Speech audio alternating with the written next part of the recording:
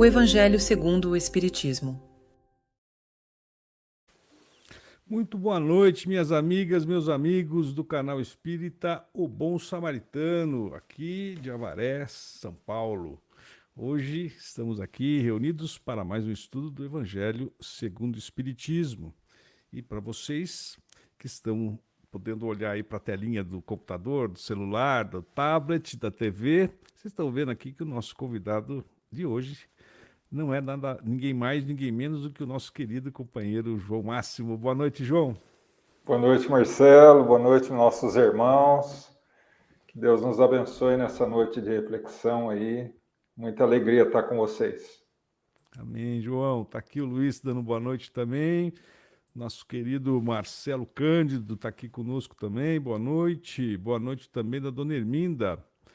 Boa noite a todos. Vamos agradecer por mais uma noite de encontro neste aprendizado que tanto nos fortalece. Boa noite, João e Marcelo, e a todos os irmãos. Boa noite, sempre agradável a sua presença, dona Herminda. Obrigado, viu? Vamos lá também, boa noite da nossa querida Josi. Ótima semana para nós. A segunda-feira nossa é sempre uma energia, um gás, né, João, para a semana, né? Começando com o Evangelho, né, cara? Não é? É isso aí. Boa noite também à nossa querida Márcia, sempre conosco aqui. Boa noite para nossa querida Clarice. Ótima live. Boa noite para Teca, né? Marcelo, João e a todos. Boa noite da nossa querida Eva Alves, que conosco sempre também. Um abraço aqui, que a dona Clarice está mandando para nós. Muito legal, gente. Obrigado pelo apoio, obrigado pela presença. É uma alegria a gente, quando inicia a live, já contar aqui com a presença das amigas e dos amigos aqui no canal, beleza? Então, João, para nós iniciarmos o nosso evangelho de hoje, eu vou convidá-lo mais uma vez para nos fazer uma prece de abertura. Vamos lá? Vamos sim. Então vamos.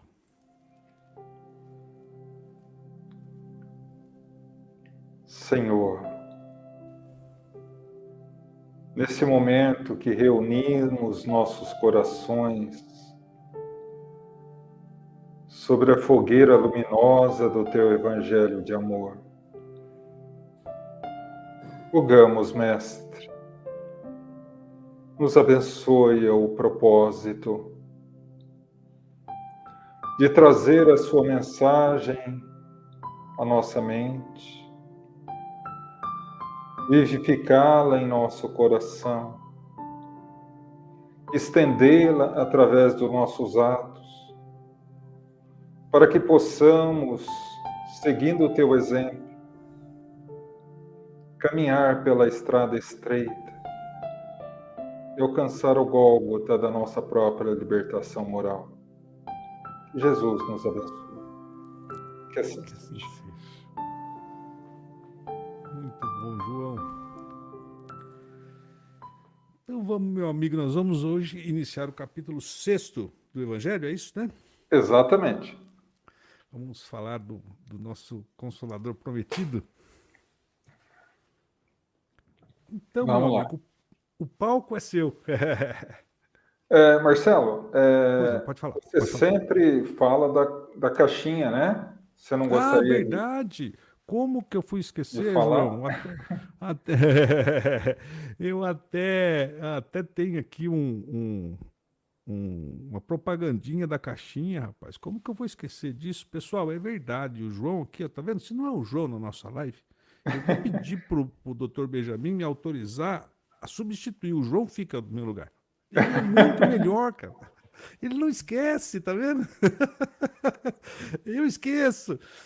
Pessoal, o João tá lembrando a todos da nossa caixinha de oração virtual. Eu vou colocar aqui no chat, mas ela tá na descrição do vídeo, tá? Desse vídeo nosso. Você clica lá, vai ser encaminhado por um formulário do Google.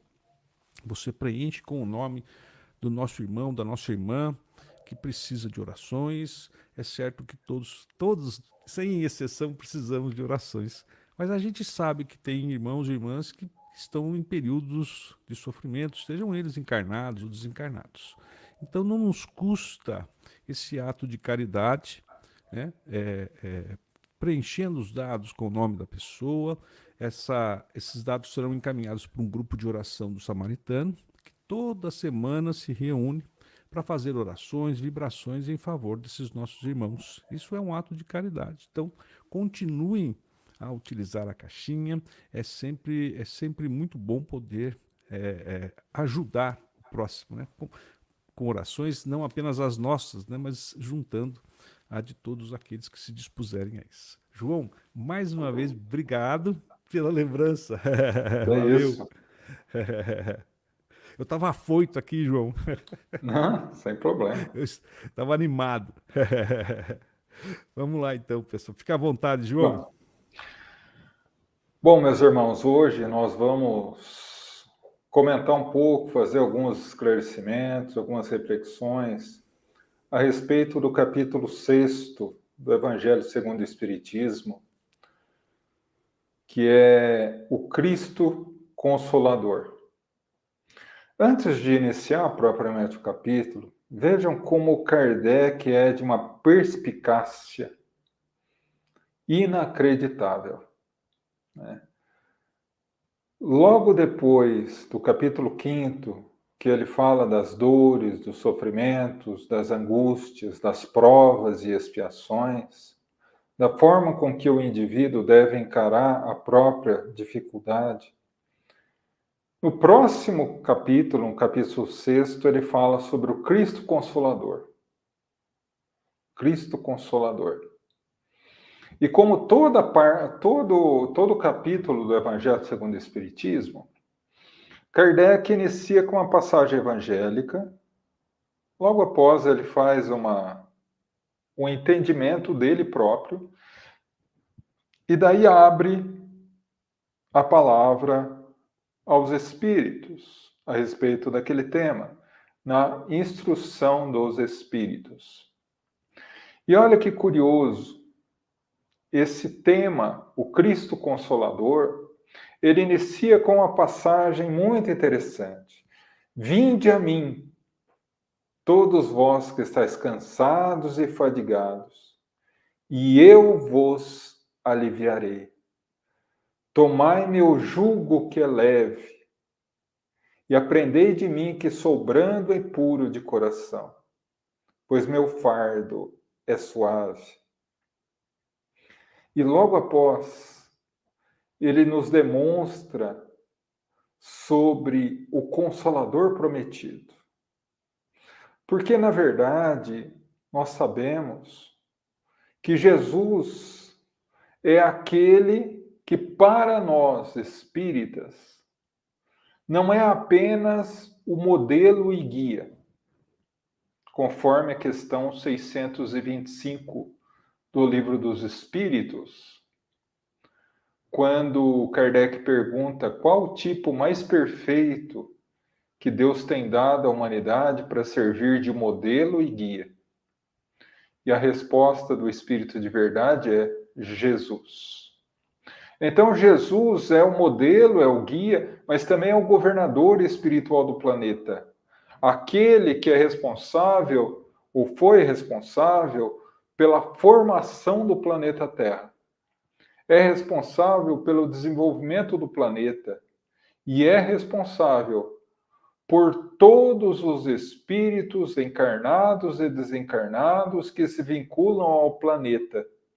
Hoje, contando, segundo informações espirituais, que existem aproximadamente 3 desencarnados para cada encarnado, nós temos em torno de uma população flutuante na Terra de 28 bilhões de espíritos desencarnados. 7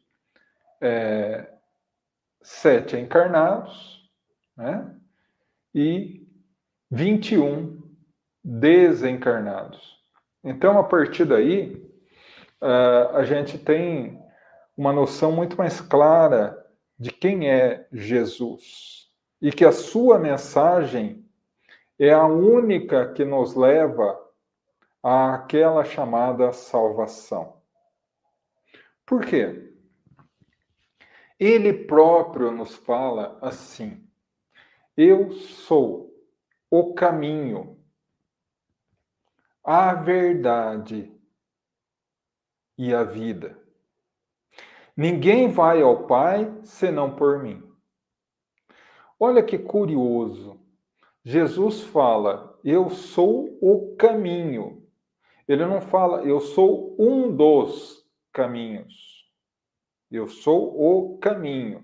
Ele é o único que nos leva a Deus.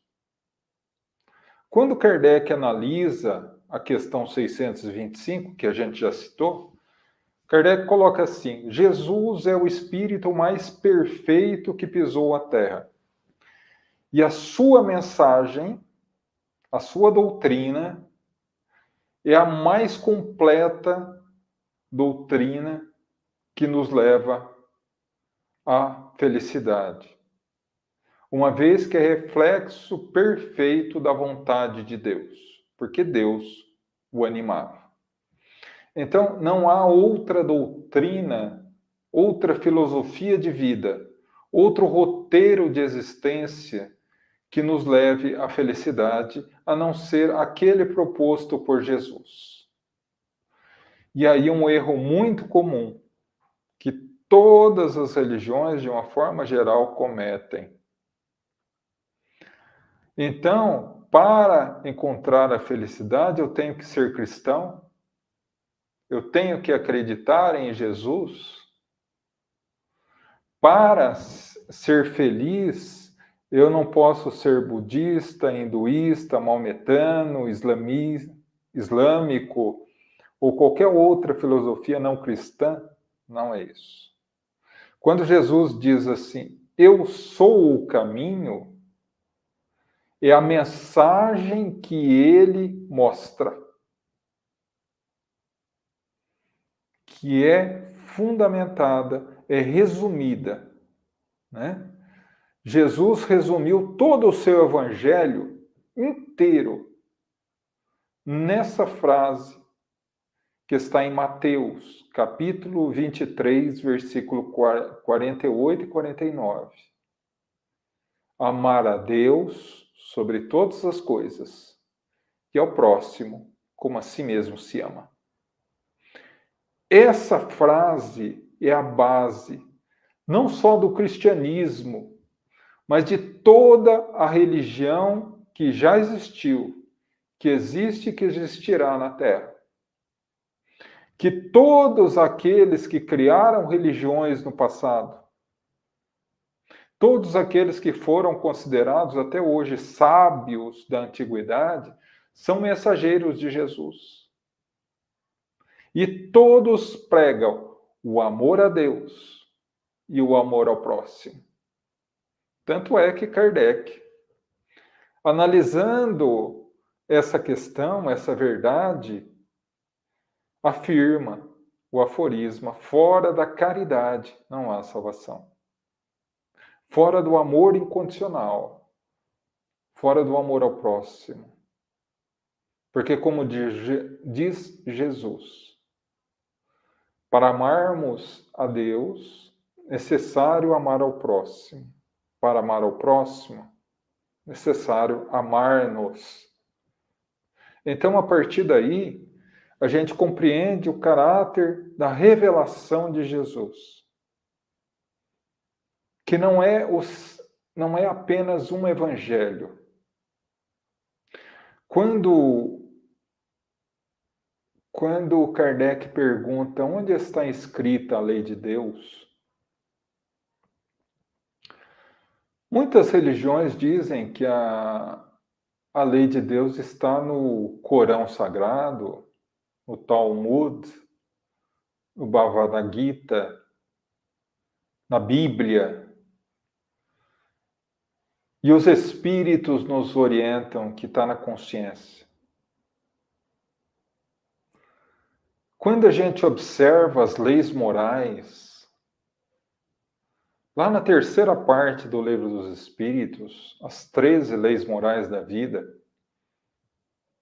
a gente percebe dentro da doutrina espírita que as leis morais não regem apenas a terra regem o universo inteiro. Regem todos os espíritos que habitam os trilhões e trilhões de planetas espalhados por esse universo de meu Deus.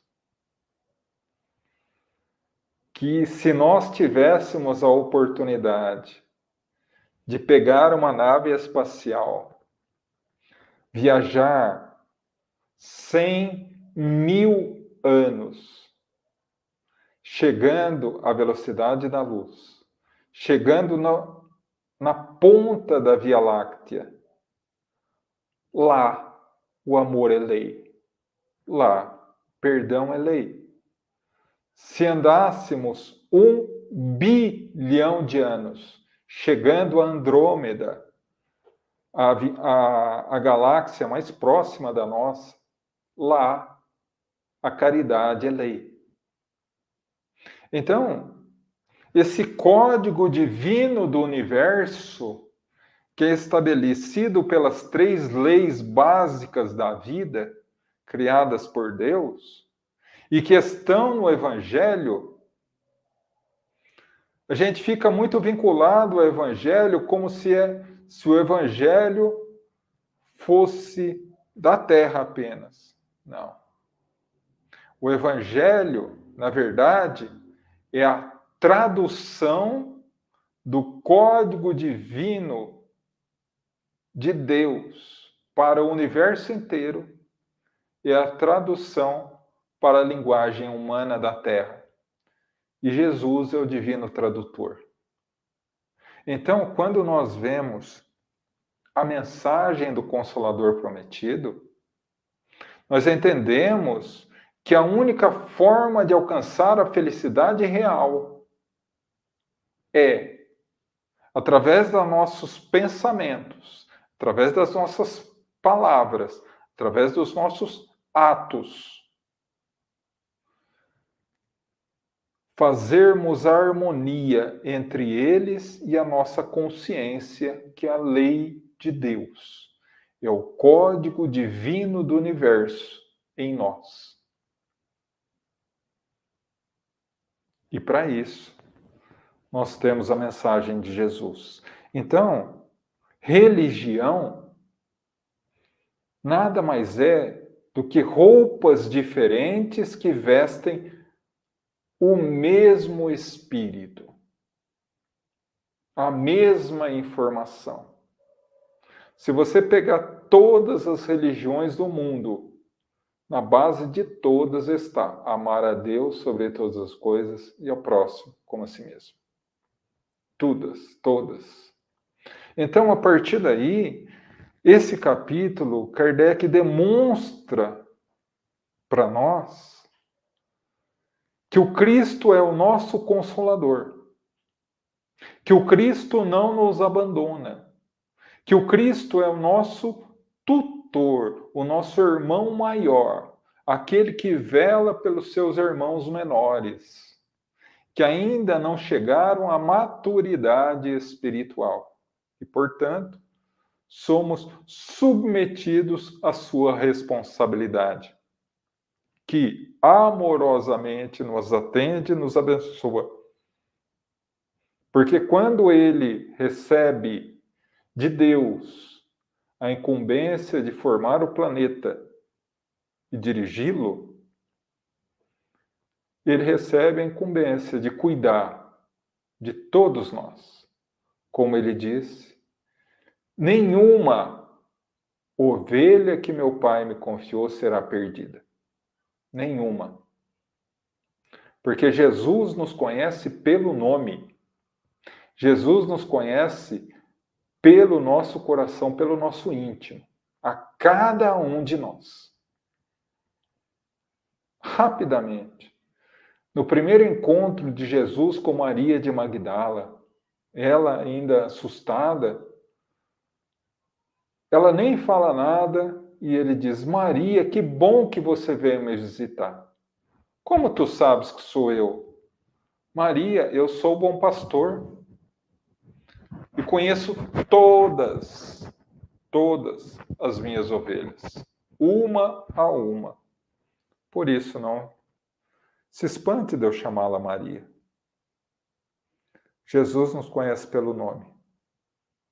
Então, a partir daí, ele vem e nos fala, logo na passagem evangélica primeira do capítulo 6. Vinde a mim, todos vós que estáis cansados e fadigados. Vinde a mim. Não é qualquer um. Não é aquele que está satisfeito com a vida material. Não é aquele que está tranquilo, naquela tranquilidade ilusória da matéria. Não. Como dizia Jesus, eu não vim para os sãos, eu vim para os doentes, para aqueles que sofrem. Venha a mim todos aqueles que estão cansados e fadigados, todos aqueles que estão sobrecarregados pelo peso da cruz. E eu vos aliviarei. O verbo é essencial nessa passagem para a compreensão. Jesus fala, vinde a mim, eu vos aliviarei. Ele não falou, eu vos tirarei a cruz do ombro. Por que Jesus não tira a cruz? Por que Jesus não lavou os nossos pecados na cruz? Com todo respeito aos nossos irmãos de outras filosofias religiosas que acreditam nisso. Porque se ele tirar a cruz dos nossos ombros, ele está indo contrário a uma das mais completas leis de Deus, que é a lei de causa e efeito. Nós erramos, nós nos equivocamos, nós escolhemos errado, nós escolhemos o mal. A consequência do erro é a necessidade de reparar o erro, não o castigo. A necessidade de reparar o erro. Se eu não tiver mais essa oportunidade, se eu não tiver que encarar a responsabilidade dos meus atos, o que é a justiça divina? Deus deixa de ser Deus, porque ele deixa de ser justo. Porque deixa de existir a cada um segundo as suas obras. Então, Jesus não pode lavar os nossos pecados como se eles não existissem mais. Ele não pode simplesmente liberar a nossa consciência e, com todo respeito aos nossos irmãos de outras filosofias religiosas, pelo simples fato de ter se convertido a Jesus como Salvador, ou através de uma confissão. Não. É necessário, como Kardec nos orienta, no capítulo 7 do livro O Céu e o Inferno, a Justiça Divina segundo a Doutrina Espírita, na mensagem O Código Penal da Vida Futura, que são 33 artigos que fazem a relação entre a justiça divina e a sua aplicação aos espíritos. Lá no artigo 16, o arrependimento é-se um grande passo, mas é apenas o primeiro. Necessita a expiação e a reparação. Então ele fala em alívio, ele não fala em retirar a cruz. E o que é aliviar? Aliviar é dar sentido ao sofrimento e mostrar o caminho para melhor caminhar, dar forças. E aí ele fala assim, eu vos aliviarei, porque meu jugo é leve e meu fardo é suave. O que é jugo? O que é jugo? Jugo é submissão. Submissão a quem? A lei divina. Submissão a quê? A mensagem de Jesus. Isso é jugo. E por que é leve? Porque a mensagem dele é suave. A mensagem dele não é baseada no castigo, não é baseada no ódio, não é baseada na vingança, não é baseado na lei de Italião, é baseada no amor, é baseado no perdão, é baseada na oportunidade de reparação. Por isso que é leve. E o meu fardo é suave.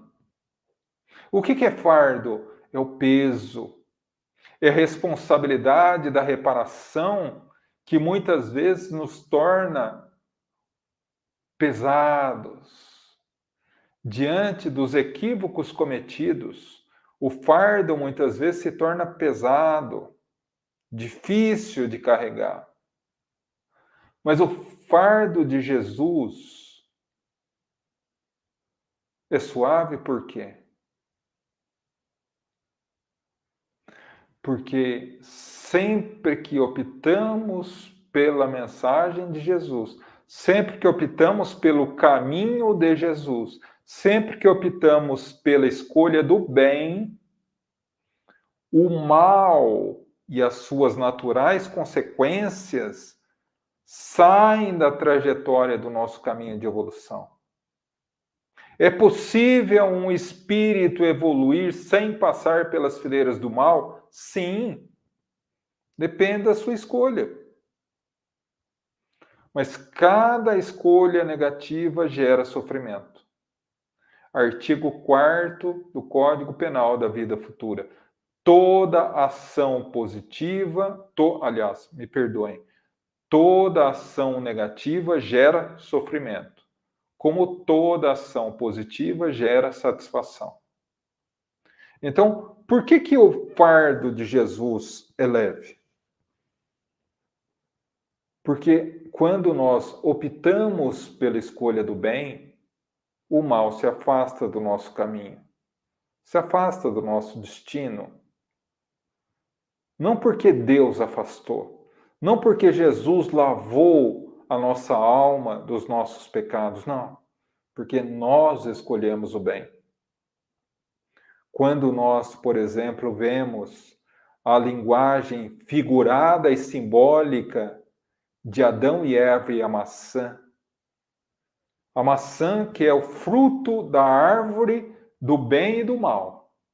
E ao comer a maçã, eles tiveram a opção de escolher o conhecimento do mal. E, naturalmente, que toda ação do mal gera consequências negativas, gera sofrimento. Que na simbologia do jardim edênico, na simbologia do jardim do Éden, do paraíso, é a expulsão do paraíso, a expulsão da felicidade e da harmonia para a dor e dificuldade, o sofrimento. O que diria no artigo 4º? Toda ação negativa gera sofrimento. Então, a partir daí, Deus determina ao Cristo planetário, determina ao Cristo governador do planeta Terra, que mostre à humanidade a verdade. Por que Jesus coloca que ele é a verdade? Porque Jesus é, na Terra, a expressão mais pura da vontade de Deus. Ou Kardec falando, na explicação da questão 625, como eu já citei, a mensagem de Jesus é a expressão mais perfeita da vontade de Deus. Então, a partir daí, a gente compreende da necessidade de conhecer a verdade, para seguir esse caminho e alcançar a vida, que é baseada fundamentalmente na personalidade de Jesus, como o divino mensageiro de Deus. Nós que somos espíritas, e muitos nós que somos médiums de espíritos, não é? Damos vazão às emoções, às sensações, os conhecimentos dos espíritos. Pois bem, Jesus não é médium de espírito. Jesus é o médium de Deus. Porque através dele, Jesus se manifesta. Deus se manifesta. Então, a partir daí, nós encontramos Jesus como governador espiritual do planeta em todas as manifestações da revelação divina à humanidade. No Antigo Testamento, por exemplo, quando vemos desde o Gênesis, na linguagem simbólica, até Malaquias, o último profeta antes da vinda de Jesus, encerrando, por assim dizer, a mensagem do Antigo Testamento, por toda a história do Antigo Testamento, sempre que o povo hebreu ou algum profeta dizia, e Deus falou comigo, é uma expressão de que quem falou? Deus. Mas Deus não fala com seus filhos através da língua. Deus fala através do sentimento. Quem que falou com os profetas? Jesus. Jesus. Se até hoje, na nossa compreensão humana, muitos dos nossos irmãos creem que Jesus é o próprio Deus, porque Jesus está num grau de evolução que para nós é inconcebível, então é muito natural que muitas vezes seja confundido com o próprio Criador. Imagina naquela época, que a humanidade ainda era extremamente infantil. E aí eu pergunto a vocês, meus irmãos, quem, no livro Êxodo, quando Moisés sobe o Monte Sinai, quem entrega para ele os mandamentos da lei? A primeira revelação. Jesus. Os 10 mandamentos da lei. A primeira ligação, a primeira aliança da divindade de Deus com os homens, com a humanidade. Os 10 mandamentos. Mostrando à humanidade que ainda era infantil, que ainda tinha o espírito extremamente embrutecido na infância espiritual. Ensinando o quê? E aí eu peço a ajuda das mães e pais aqui presentes. O que você mais fala para uma criança na primeira infância? Não. Os 10 mandamentos vêm à humanidade para ensinar o que a humanidade não deve fazer. Amar a Deus sobre todas as coisas, não ter outros deuses diante de mim. Não é? Aí vem, santificar o dia de sábado, não utilizar o santo nome de Deus em vão, não matar, não cometer adultério, não furtar, não cobiçar a mulher do próximo, não levantar falso testemunho contra o próximo, não cobiçar as coisas do próximo, e assim vai. Dos 10 mandamentos, apenas 2, não tem a palavra não, que é honrar pai e mãe e lembrar de santificar o dia de sábado. Então, a primeira revelação que vem através de Moisés, pelas mãos do Cristo, é o que não fazer. 1400 anos, o próprio Jesus vem, em pessoa. Em pessoa. E aí muitas pessoas falam assim, nossa, será que ele decidiu de uma hora para outra? Não. Aqueles que leram o livro Caminho da Luz de Emmanuel, por volta de, presta atenção nisso, por volta de 35 a 40 mil anos antes de Cristo, quando Jesus acolheu aquela turba, aquela multidão de espíritos endividados de capela, que começaram a reencarnar na Terra, ele reúne essa população toda e fala a eles, num discurso de consolo e esperança, e diz assim: eu ainda não posso, porque a humanidade não está pronta, mas quando estiver, eu pessoalmente irei para vos ensinar o caminho. E ele vem. Começa o processo de preparação quando entrega a humanidade à tábua dos mandamentos da lei. E aí, 1400 anos depois, vem Jesus. Pessoalmente, o governador espiritual do planeta começa a dirigir pessoalmente o desenvolvimento da humanidade, que já está um pouco mais evoluída. E aí, não mais para ensinar o que não fazer, mas aí ele revoga muitas coisas que estavam descritas como lei divinas, mas na verdade eram as 577 leis humanas de Moisés que os hebreus tomaram como lei divina. E coloca instituindo a lei do amor sobre todas as outras, ensinando o que? Não o que não fazer, mas agora o que fazer. Aprendei o que foi dito: amar o teu amigo e odiarás o teu inimigo. Eu, porém, vos digo: amar os vossos inimigos.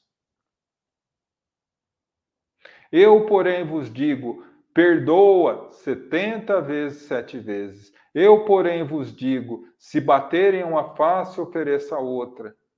E assim por diante. E aí o tempo passa. O tempo passa.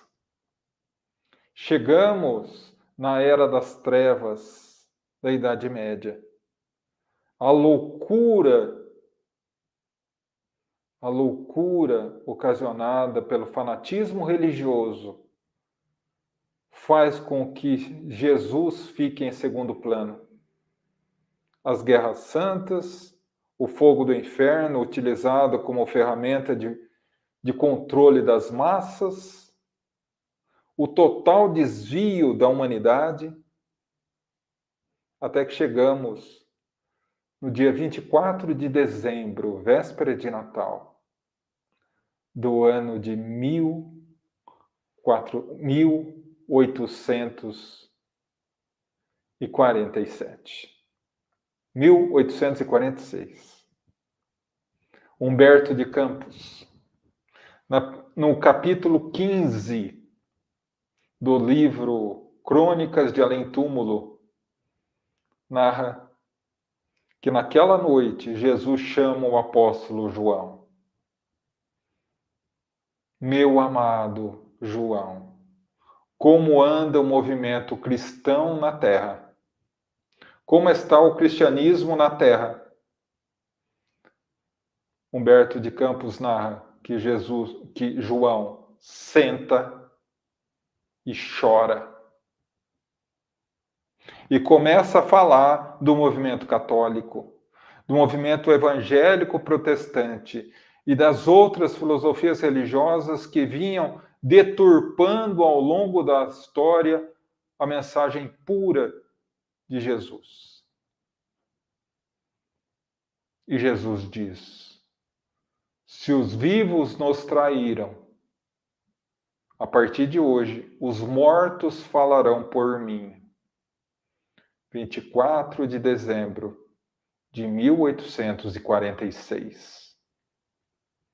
3 meses depois, 30 de março de 1847, num pequeno vilarejo no estado de Nova York, nos Estados Unidos, Huntsville, Kate e Megan Fox ouvem batidas.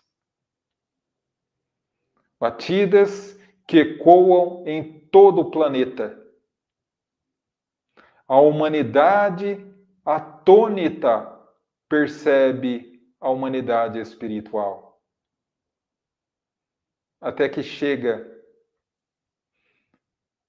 ao professor doutor Hippolyte Léon Denisard Rivail, que a convite do seu grande companheiro e amigo cientista Monsieur Fortier, aceita visitar um dos espetáculos de mesas girantes. E aí começa o estudo. Trazendo a humanidade, corporificando a doutrina espírita. E aí eu pergunto a vocês, meus irmãos, quando Jesus disse, eu não vos deixarei órfãos, eu rogarei ao Pai que mandará um Paráclito, um Consolador, que estará convosco até a consumação dos séculos, que falará e ensinará a vocês tudo aquilo que eu não posso ensinar. Por que Jesus não podia ensinar? Porque a humanidade ainda não estava preparada.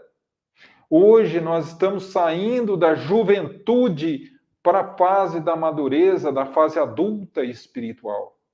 Ainda estamos saindo. Mas era o momento. E se Jesus, como governador espiritual do planeta, entregou a tábua dos mandamentos da lei, a primeira revelação, veio pessoalmente para a segunda, como ele não iria participar da terceira? Se na primeira é ensinando o que não fazer, na segunda, o que fazer, e na doutrina espírita, a terceira, como fazer? Perdoar? A doutrina espírita responde, como? Amar ao inimigo? A doutrina espírita responde, como? Amar ao próximo como a si mesmo? A doutrina espírita responde, como? Praticar o amor ao próximo como a si mesmo? A doutrina espírita explica como. Mas, João, Jesus não aparece na codificação. Jesus faz parte da doutrina espírita? A pergunta que se devia dizer é assim: o que sobra da doutrina espírita se a gente tirar Jesus? Não sobra nada. Um dos pilares básicos, o pilar principal da doutrina é Jesus. Mas ele não fez parte ativa. Vamos analisar isso? Bem rapidinho. Se nós pegarmos uma mensagem que está na segunda parte do livro Obras Póstumas de Kardec, intitulada Meu Espírito Familiar, Kardec coloca lá que certa noite ele estava no gabinete da sua casa e começou a ouvir batidas. E não localizava as batidas, não localizava, chamou a sua esposa, Amélie Boudet, também não localizaram. Era quase meia-noite, foram dormir. No outro dia tinha uma reunião mediúnica. Ele perguntou ao então espírito que presidia a reunião, São Luís, governador espiritual da França. São Luís, quem bateu lá em casa? São Luís responde, teu espírito familiar. O que ele queria? Falar contigo. Poderia me dizer de quem se trata? São Luís responde, pergunte a ele mesmo, porque ele está aqui. Kardec diz, meu espírito familiar, agradeço pela visita ao meu lar e gostaria de saber, se possível, De quem se trata? O espírito, através da mão da médium, escreve: para ti chamar-me-ei a verdade. A verdade. E a partir daí, essa equipe começou a direcionar o trabalho da codificação por completo. Kardec faz uma explicação, está lá, o Obras Póstumas, a essa mensagem. E ele coloca assim: o amparo e o amor desse espírito. Quem? O espírito familiar dele. O espírito que bateu na casa dele. Vírgula. Que naquele momento estava longe de imaginar quem poderia ser, o seu amparo e dos espíritos superiores que trabalhavam sob as suas ordens jamais me falharam, dando a oportunidade de eu cumprir a minha tarefa. O Espírito da Verdade. Aí, a gente vai no capítulo 6, Instrução dos Espíritos. Tem uma mensagem ali, que é a primeira mensagem, intitulada Advento do Espírito de Verdade. O que é advento? Vinda, chegada do Espírito da Verdade. Escrita em 1861. Que livro da codificação foi escrito em 1861? O Livro dos Médiuns. Tá? Guarda essa data. Como começa a mensagem? Eu vim como outrora as ovelhas desgarradas de Israel, para resplandecer sobre elas a verdade e dissipar as trevas. Convencer os incrédulos que acima deles há um Deus bom e poderoso. Eu vim como outrora as ovelhas desgarradas de Israel. E lá, no final da mensagem, ele diz: Espíritas, amai-vos. Eis o primeiro mandamento. Instruí-vos. Eis o segundo. Quem assina a mensagem? O Espírito. Verdade.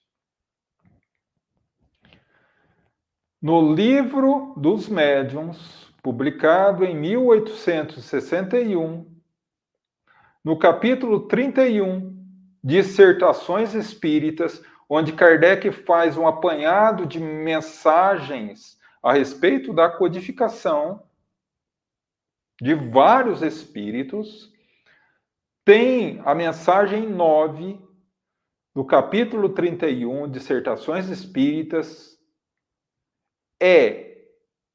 começa assim: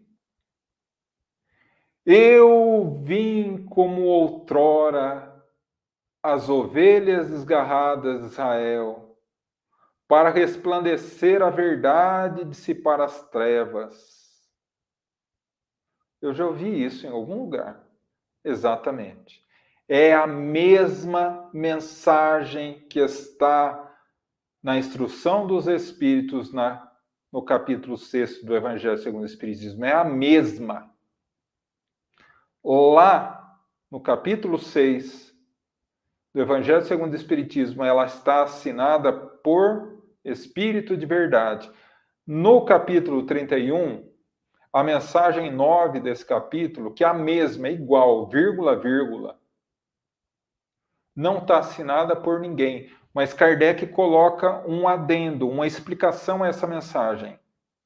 Essa mensagem foi escrita por um espírito de alta envergadura moral, tão elevada que nós, por respeito, não colocamos o nome, mas a mensagem está assinada como Jesus de Nazaré.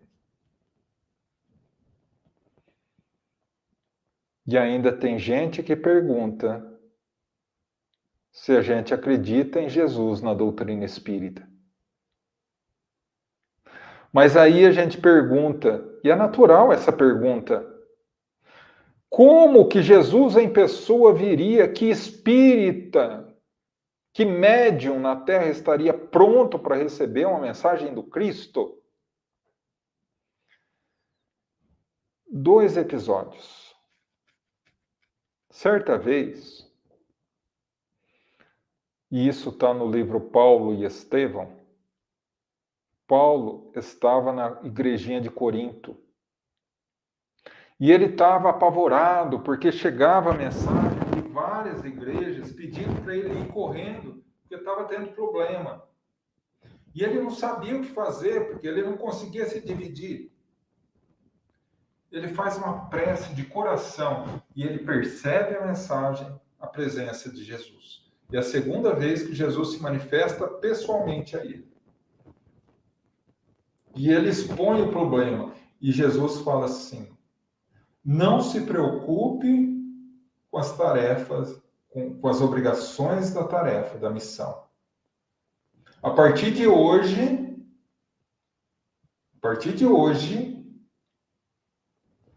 todos ouvirão a minha voz através de ti.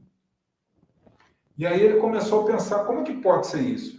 Você vai escrever cartas, que são as cartas paulinas, as cartas de Paulo. E aí ele fala assim, a partir de hoje, Estevão, que é o seu mentor espiritual, estará mais próximo de ti e Estevão receberá os meus pensamentos, que serão transmitidos a você. Ou seja, Jesus transmite o pensamento dele para Estevão, que retransmite para Paulo, que escreve. Então, as cartas de Paulo é o reflexo do pensamento do próprio Cristo. Não sou eu falando, é Emmanuel, no livro Paulo e Estevão. Agora, tem uma história de Valdo, que ele diz o seguinte, que certa vez ele na França, em Lisieux, ele foi visitar a Catedral de Teresinha de Lisieux. E deixa eu só pegar o microfone aqui.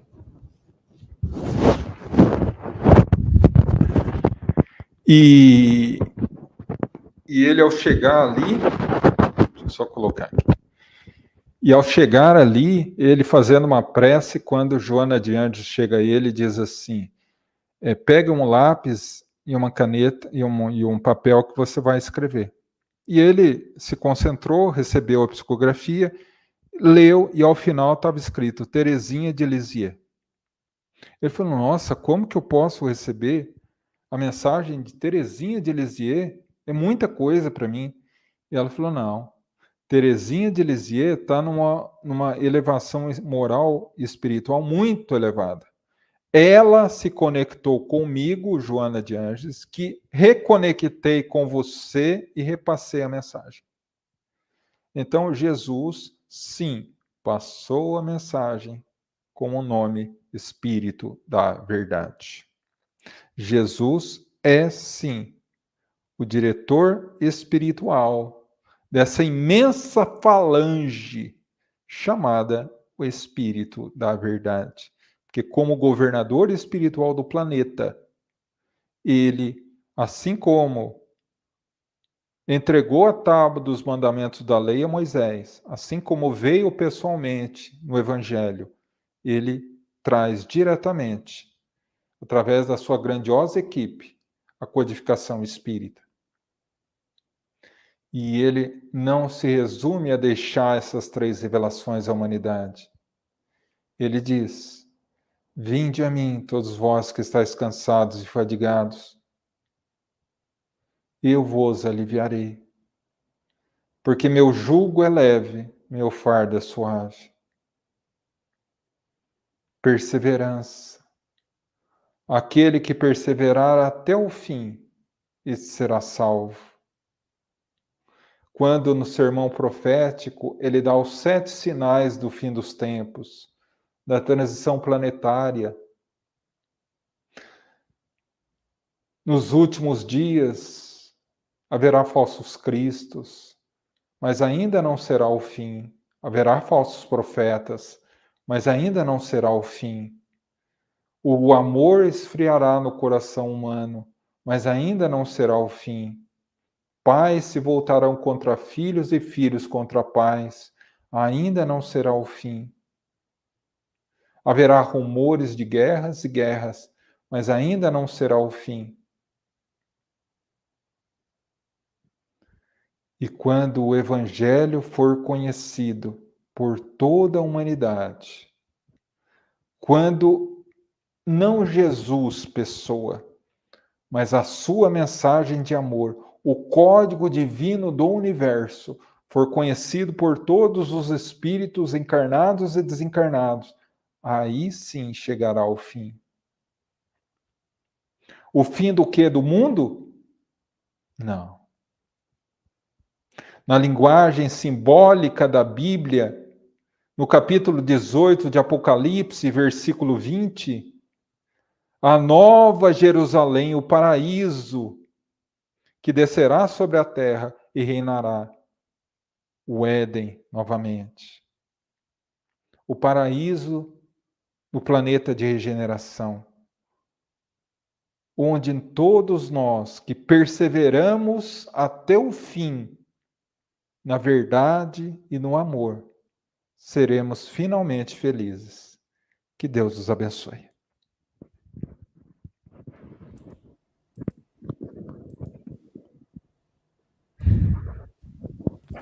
É isso aí, João. Que maravilha, hein? Ah, muito lindo. Tem alguns comentários, acho aqui, João. Deixa eu só acertar aqui. Já porei o nosso. Meu microfone caiu um pouco aqui, Marcelo. Deu problema Não. na voz? Não, ele ficou um pouquinho abafadinho por conta, acho que da própria roupa. Daqui a pouco você ajustou e ficou normal de novo. Ah, então tá. Tá muito bom o seu som. É só a hora da roupa mesmo que deu essa Sim, coisadinha aí. beleza. Perfeito. Vamos aqui, João, olha só. Bom, tem aqui um comentário sobre um pedaço, quando você estava falando explicando o fardo, né? A dona Hermínda comentou que o fardo é o que pesa a nossa consciência. Exatamente, né? Quer ver? O fardo que Jesus nos propõe é leve porque ele nos mostra a esperança, né? A esperança que a gente pode modificar através da prática do bem, né? Perfeito. Olha que legal. E também tem aqui, lógico, a dona Hermínda já emocionada, com amor, ouvindo esta explanação. Gratidão, meu irmão. É isso que nós devemos Ei, dona sentir Hermina, mesmo. É isso aí gratidão. mesmo. O Marcelo está dizendo aqui, uma boa e abençoada noite a todos, e assim também a nossa querida Helenice e a nossa querida Clarice. Gratidão por passar o evangelho com tanto amor. Deus te abençoe sempre, querido A João. todos É nós, isso Clarice. aí. Muito bom, gente. Obrigado. Então, lembrando mais uma vez vocês da nossa caixinha de oração, lembrando também das nossas outras reuniões da semana, né? Na quarta-feira tem Evangelho presencial, lá na unidade 1 da Associação Espírito Bom Samaritano, que fica na rua Rio de Janeiro. Olha, Rio de Janeiro, na rua Bahia. Não sei de onde eu tirei isso. Na rua Bahia 426, na cidade de Avaré, aqui no estado de São Paulo. Quem estiver em Avaré, tiver condições, será muito bem recebido, né? Fiquem à vontade, né, para ir até a Casa Espírita, né? Lá terei, além da reunião, tem ao final a sessão de passes, né? Mas quem não puder, né, acompanhe aqui as segundas-feiras, nós temos o Evangelho também. Na quinta-feira, Estudo das obras de André Luiz. Atualmente, o Sérgio, o Renato e o Hilton estão estudando o livro Nosso Lar. Na sexta-feira temos estudo. Olha quem está lá atrás. Ó. Na sexta-feira nós temos estudo do livro A Gênese, né? E também do livro O que é o Espiritismo, né? Comigo e com o Sérgio, meu irmão. E no domingo, o Livro dos Espíritos, né? Também presencial lá na Casa Espírita, né? Na Unidade 1, na Rua Bahia, 426. Transmitido aqui. Quem não puder ir, né? Ligue aqui no canal da Associação Espírita Bom Samaritano, ou pela Web Rádio Fraternidade, ou pelo Facebook, e você acompanha ao vivo a transmissão das nossas reuniões. Meu Marcelo, Pois não, pode falar. só para complementar, eu estou vendo aqui, na quarta-feira agora será a Marli, e no próximo domingo o Renato. Legal. Então, a Marli Forteza, na quarta-feira, que teve no domingo agora, né? Isso. Teve no domingo, ela repete agora na quarta. Na quarta, domingo, Livro dos Espíritos, né? Quarta, o Evangelho. E no próximo domingo, nosso querido Renato Sácaro, aqui também do nossa equipe de expositores aqui. Muito bom. Obrigado, João, mais uma vez. Valeu. Boa. Eu que agradeço, Marcelo. E tem aqui também o Moacir também, dando Evangelho e Paz. Que dia de semana e que horas? Então, às quartas-feiras, né? O estudo do Evangelho, às 19 horas, na Rua Bahia 426, na cidade de Avaré, aqui na cidade de Avaré, estado de São Paulo. Quem puder ir, compareça, Evangelho e Passes ao final. Isso também há no domingo, né, às 9 da manhã. Né, quem puder ir à Casa Espírita, nesse mesmo endereço, da Rua Bahia, às 9 da manhã. Ao final da reunião, também há passes. Beleza, Moacir? Obrigado por ter lembrado que é importante a gente falar isso também. Eu não tinha falado do horário, eu acho também. Né? Valeu mesmo. Muito bom. A nossa querida Clarice, dizendo: amei você afirmar com bastante convicção que o Espírito da verdade, ou o Espírito Verdade, é Jesus. Né? Bom, uma interpretação, e a doutrina espírita nos encaminha para isso, né, João? Tudo indica isso. Indica isso para a gente mesmo. Né? Muito bom, João. Então, para nós encerrarmos o nosso encontro de hoje, João, eu vou pedir para você mais uma gentileza, claro, de nos fazer uma prece. Né? Vamos sim. Para nós encerrarmos aqui. Deixa eu colocar uma musiquinha de novo aqui para nós.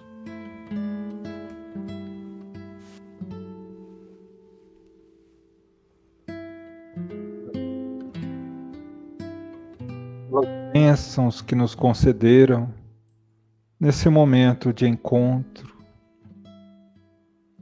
nessa sintonia com seus mensageiros,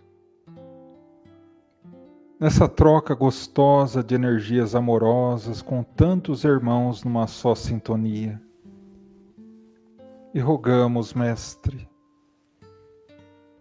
nos abençoe, nos fortaleça, nos ampare, para que os conceitos aqui colocados possam integrar o nosso coração, a nossa mente, nos auxiliando a escolher pelo bem, viver pelo bem, falar pelo bem, para que contigo possamos trilhar o caminho que nos libertará para a felicidade e paz.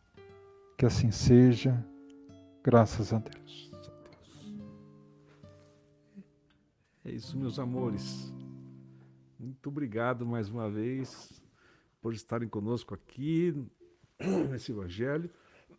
Obrigado, João, mais uma vez conosco, sempre uma alegria, sempre um prazer ouvir de você esses detalhes sobre o mundo espiritual que a maioria de nós, né, infelizmente, desconhece. E com você a gente tem essa oportunidade de saber. Valeu mesmo, Eu que gente. agradeço, Marcelo, mais uma vez a oportunidade. É sempre uma alegria estar com vocês mesmo. E aproveitando a oportunidade para agradecer a todos os irmãos aqui presentes, desejar a todos uma abençoada semana. É isso, gente.